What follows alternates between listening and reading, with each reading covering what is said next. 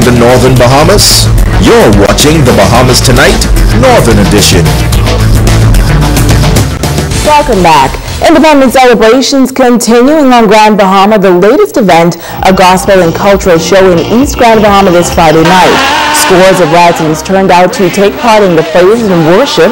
Chairperson of the East Grand Bahama Special Projects Committee, Bename Cooper, says that the overall goal is to foster unity in the community. And we have culture, and that really speaks to our Bahamian heritage. Gospel and culture is really what we're about, and we have persons, of course, all through East End, from throughout East End, from Sweden Ski, Far East, to as far as Maida Town, who are East Enders, and of course we have some guests here who are from the Freeport city, and even into the Western District. So we are so excited to have these group of people coming together to celebrate as one Bahamas. Administrator for East Grand Bahama, Gabe Bowe, says that the Gospel and Cultural Show is a good event for young people. It helps them to recognize what our true Bahamian culture is about, because a lot of time those students or children are so used to immersing themselves in the Jamaican culture, in the American culture, and what it really is to experience real Bahamian culture. It's like they really don't know what it's all about. So this event here tonight will actually help them to participate and to remember what our culture is really about as we celebrate our 45 years of independence. Now, the show ended with the Defense Force Rangers performing a number of drills. In other news, the Bahamas Hotel Association, in collaboration with the Ministry of Education and Ministry of Tourism, hosting an educators industry internship program this week. The opening ceremony took place at the Flamingo restaurant under the theme Global Education, a Mindset Reset. Officials from the various agencies are pleased to be a part of the internship program once again. This partnership has been very successful over the many years. Our teachers have benefited greatly. Something that we try to enlighten them, as there are so many careers in tourism other than just working in the hotel. We want them to be able to share their experiences with their students, so that their students will be enthusiastic or would want to come into the tourism industry, because it's our most viable industry. My unit works very closely with the teachers throughout the year, so this is going to give them an opportunity to see and answer this question of what is there to do on Grand Bahama, especially from a sustainable tourism standpoint. Senior Executive Officer in the Scholarship Department of the Ministry of Education, Ann Russell, says that there are many scholarship opportunities available for those waiting to pursue tertiary education, but notes that everything is done now electronically. We've got the National Merit, $25,000, the National Academic, which is worth $10,000, the National Technical is worth $10,000, and the National Grant is worth $7,500. And for all of them, you need to have BGCSEs, grade point average 3.0. Now, if you are interested, you can log on to www.ministryofeducationbahamas.com to apply. The internship program will close out on Friday. Well, Reach Out Youth Organization receiving a big donation thanks to a partnership with a church group out of Tennessee. Megan Shepard has more. Founder of Reach Out Youth Organization, Dudley Sage, says he met Senior Pastor Jeff Shipley just 1 month ago, and the partnership is already proving to be very rewarding. The organization is preparing to host their annual youth summer camp, and Sage says the donations will go a long way in assisting the children and wider community. And they made a promise that they're going to bring us some supplies to give to the wider community. Today is over $16,000 worth of supplies for Grand Bahama. First of all, I want to thank the Minister for Grand Bahama and Peter Turnquist. They waiver the duty for us, so we're able now to give supplies to kids for our summer camp, which starts on Monday. Everything's going to be free. But I just want to say thank God today that dream come through, that they came all the way from Tennessee to bless Reach Out Youth Organization today. Pastor Jeff Shipley says he has been coming to the island for the past 6 years and finds it refreshing that the locals are very genuine people. While they brought a variety of supplies to assist Reach Out, he says he wished that they could do more.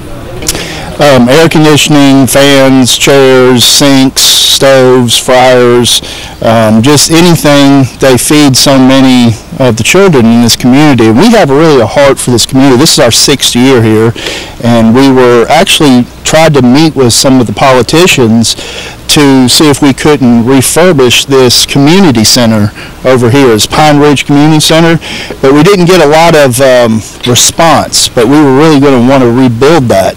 And then that's when we found Brother Dudley and Miss Katie, and we were going to try to invest in the next 5-10 years here and really see if we can help them expand their ministry and expand the work that they're doing in the community.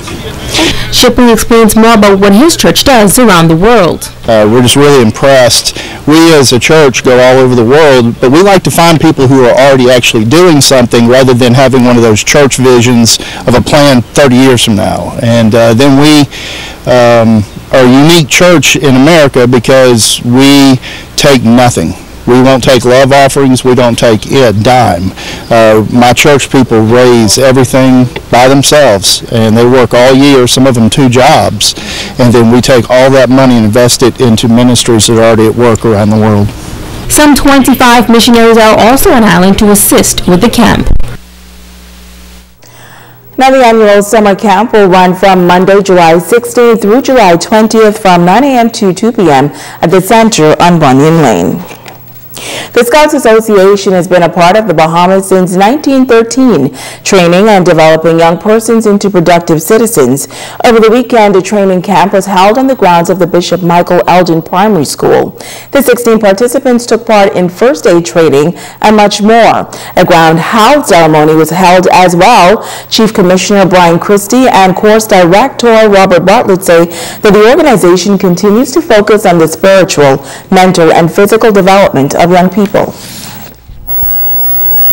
That's the mission, and we have been doing relatively well with that.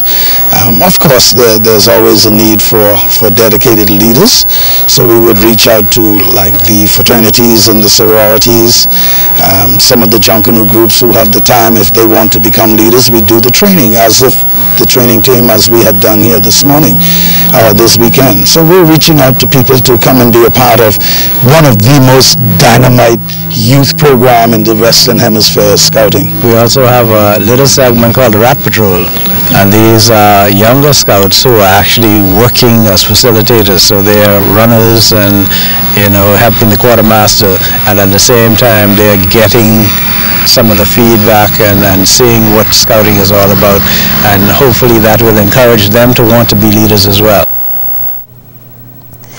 Participants Xavier Ferguson and Tristan Rampersad also shared their experience. The importance of Scouts is to help other people and to grow us young boys into better men when we grow up, and then when we grow up enough, we'll be able to help other young men to become more educated. It's great being a troop leader, being a brother to all my Scouts, and for the past day or two we've been it's like you learn new things every day. It ain't about just coming here and having something to do. And now it is time to ask the doctor.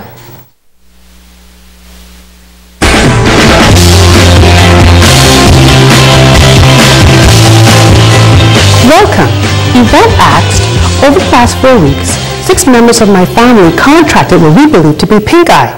The symptoms were severe and lasted anywhere from 7 days to 3 weeks. Everyone who had it experienced pink eye at a much earlier age for about 3 days only, and the symptoms were much milder. Was our recent experience really pink eye, or was it something else? Yvette, thank you for your question. What is commonly called pink eye is what we call conjunctivitis.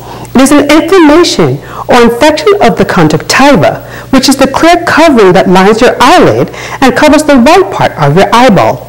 When small blood vessels in the conjunctiva become inflamed, they're more visible.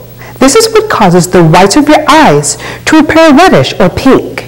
Pink eye can be irritating, and treatment can help ease the discomfort. The answer is yes. You and your family's recent experience sounds like pink eye because it can be contagious. So early diagnosis is important because medications such as antibiotic eye drops can help limit the spread. I'm Dr. Pratt, and this is the Ask the Doctor. So with us, a check on sports is up next.